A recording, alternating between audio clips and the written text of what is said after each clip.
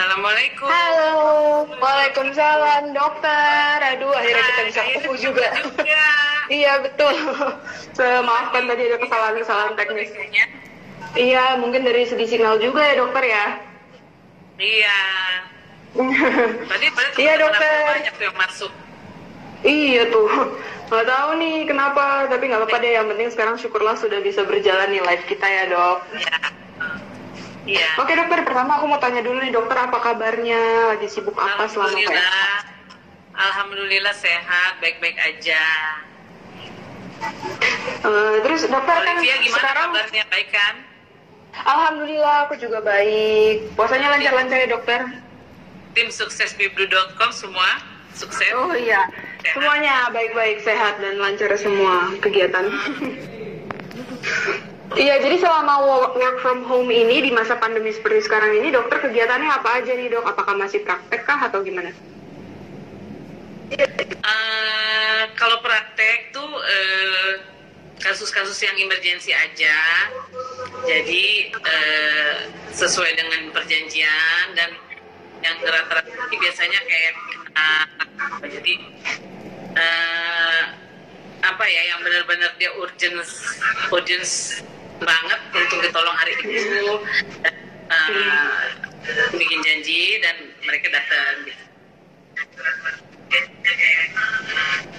Dan kami juga protectionnya juga ya pakai baju APD juga, dan pasien juga kami tes dulu suhunya, terus jadi pakai baju APD juga baru kita kerjain gitu. Oh gitu, jadi ada standar prosedurnya untuk melayani pasien juga ya dokter? Iya, alhamdulillah riuh-riuh tuh kan. Iya nih dok, terakhir sempat disibukkan dengan pengumpulan APD untuk sejumlah rumah sakit dok, bisa diceritain nggak sih itu kegiatannya, apakah bekerja sama dengan siapa gitu, dan apa motivasinya untuk melakukan kegiatan itu? Ya, waktu itu kan kebetulan kita waktu awal-awal mati pertama-tama tuh kita bekerjasama dengan Rumah Sakit Cipto, kemudian dengan teman-teman, dengan Bunda Dorce teman aku, terus dan Mbak Ira juga yang di Erika yang juga peduli di sana, terus kumpulan sama teman-teman yang lain. Akhirnya kami kumpulinnya baju APD aja, tapi ada hand sanitizer, pokoknya perlengkapan masker semua, dan kami serahkan langsung ke Cipto. Jadi, dan alhamdulillah sekarang saya dengar juga sudah banyak yang menyumbang, yang peduli bahwa dengan wabah corona COVID-19 ini kita benar-benar kerja saling bahu bantu supaya cepat berlalu wabah ini. Jadi kita juga berusaha untuk tetap jaga jarak, terus cuci tangan, makan makanan yang sehat, hidup sehat, pola makan yang sehat, terus tidur cukup, banyak minum air putih, olahraga yang teratur, sehingga kita bisa menyetop virus ini dengan kepedulian kita terhadap ya program pemerintah, bagaimana kita harus bersikap dan berbuat sehingga semua ini bisa lancar dan bisa di stop itu perkembangan dan penularan virusnya. Halo? Halo? Ya. Ya, halo. Dokter, sorry. Ya, tadi sinyalnya agak kurang bagus tadi, jadi nge-freeze gitu. Oke, sekarang udah oke. Gimana, Pak? Oke, monggo dilanjut, dokter. Iya. Iya, jadi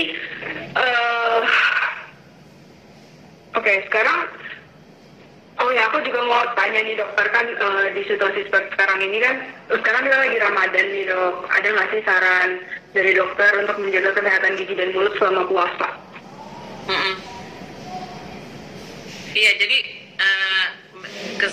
kesehatan menjaga gigi dan mulut selama puasa itu kita inilah ya, sikat gigi itu habis makan ya, habis sahur, juga habis buka puasa, nanti mau tidur dapat ekstra nih kalau mau tidur juga. Jadi ya biasanya 2 kali, ini bisa 3 kali.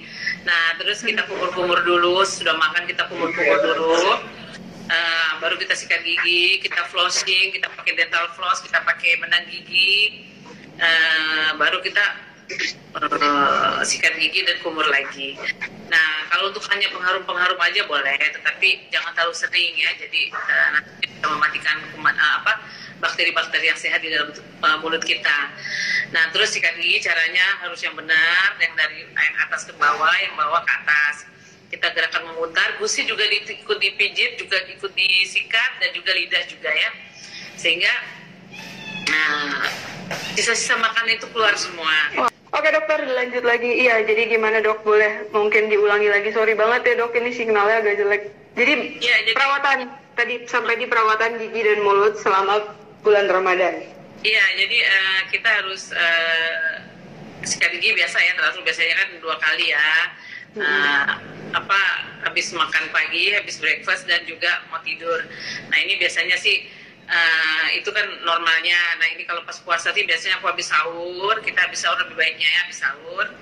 Kemudian habis buka ya, pas kita mau sholat tuh ya, mau sholat tarawih juga, maghrib dan isya tarawih, udah gitu nanti malam mau tidur, kalau kita masih ngemil-ngemil malam mau tidur, kita kus gigi lagi, kumur ya, terus sikat gigi yang teratur, yang bawah ke atas, yang atas ke bawah alurnya, dan gerakan memutar, dipijit ya gusinya dan lidahnya juga dibersihkan. Habis itu kumur sehingga sisa makanan kita buang, dan kita bisa pakai floss, dental floss untuk benang gigi. Terus kalau hari biasa itu biasanya, kalau keadaan biasa ya, nggak dalam keadaan PSBB atau PSBB ini, kita bisa kontrol ke dokter untuk perokok 3 bulan sekali, kalau untuk yang tidak merokok 6 bulan sekali. Jadi rajin kontrol ke dokter gigi walaupun dalam keadaan tidak sakit gigi gitu loh. Jadi bersihin gigi itu penting, dan sehingga kayak seperti kita perlu makan, perlu olahraga. Nah itu. Nah, terus kemudian makan makanan yang berserat, makan makanan yang sehat, jangan yang kebanyakan yang berbau ataupun yang santan. Jadi selama di bulan Ramadan ini, yaitu tadi makanan berserat, buah-buahan juga, minum air putih yang banyak, terus jangan minum juga terlalu dingin banget, dan juga jangan terlalu panas juga gitu loh. Oh ya dokter, mau tanya juga, untuk mouthwash yang untuk gargle itu sebenarnya baik nggak sih dok, kalau untuk digunakan selama Ramadan? Ada ya kayak seperti antiseptik ya boleh, tetapi jangan terlalu sering, sehingga dia akan mematikan bakteri-bakteri yang sehat di dalam tubuh juga, di dalam mulut. Jadi ya kita boleh gargle sekali-sekali. Bisa juga kalau lagi nggak ada mouthwash atau apa, kita gargle itu kumur dengan air garam hangat bisa, itu juga. Terus kalau misalnya lebih baik sih, kalau saya sih seringnya tuh apa ya, habis makan tuh saya kumur sama teh pahit gitu loh. Habis itu kan minyak-minyaknya kan hangat ya, minyak-minyaknya keluar gitu loh. Tuh ada dok, ada yang nanya tuh, Beat the Lovers, kalau cabut gigi di masa pandemi ini boleh nggak sih dok? Boleh aja, nggak ada masalah. Yang penting dianya sendiri nggak ada sakit bawaan ya, maksudnya nggak ada sakit bawaan, dia sehat. Udah gitu juga nggak ada masalah, steril, dan juga dia protection juga diri dia. Terus juga nanti di sini nanti juga kita bisa pakai baju APD, dan dokternya juga pakai baju APD, jadi kita juga nggak kontak langsung ya. Gitu. Oh ya, ada lagi pertanyaan ini dok. Dok, apa sih dampak untuk veneer gigi? Oh, veneer. Veneer itu selama dikerjakan dan dipergunakan dan dikerjakan dengan baik, dan memang itu memang menjadi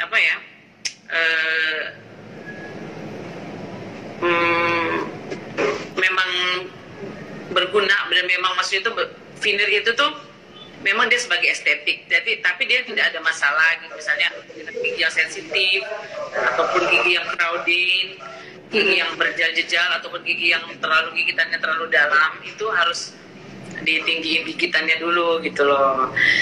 Jadi ada proses yang harus dilewatin dengan baik dan benar dulu ya dok ya. Dan itu kalau selama dia tidak mengenai email gigi juga nggak ada masalah kok. Jadi dia nggak sensitif, fine aja. Ya, terus ada juga yang nanya dok, cara menghilangkan warna kuning di gigi gimana gitu.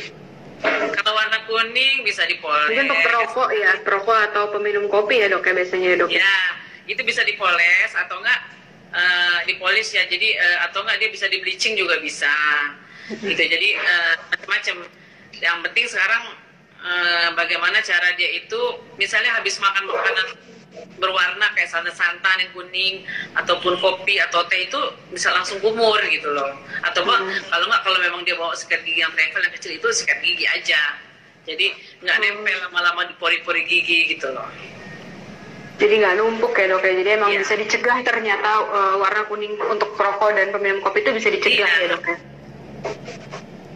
Oke, sekarang mungkin banyak yang belum tahu nih kalau ternyata dokter Rita itu sebenarnya dulu pernah mengawali karirnya menjadi seorang penyanyi. Benar nggak sih dok? Iya. Jadi memang kejadiannya, jadi dokter penyanyi dulu baru menjadi dokter, apa setelah menjadi dokter baru bernyanyi? Aku dulu sempat di bintang radio televisi, aku juga pernah dapat juara Harapan 1, juara 4, terus aku punya album ya. Pertama kali albumku itu, laguku tuh Duri-Duri Cinta, terus Dua Hati Satu Rasa, Kisah Cinta di Kota Kecil. Nah, sampai sekarang ya aku masih produksi. Nah, itu baru saya sambil kuliah, abis itu masih, kalau nggak salah masih SMP atau kelas 1 SMA. Nah, itu tahun berapa dokter? Hah? Tahun berapa? Tahunnya 90-an kali ya, apa 80-an gitu deh, 80 akhir-akhir. Nah, kemudian baru saya kuliah dokter gigi, baru kemudian lulus ya, aku udah punya, kalau nggak salah punya 3 lagu lah, 3 album lah gitu loh.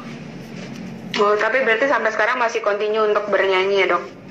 Iya. Jadi ada yang nanya dok, dari Big Blue Lovers lebih enak jadi penyanyi atau menjadi dokter?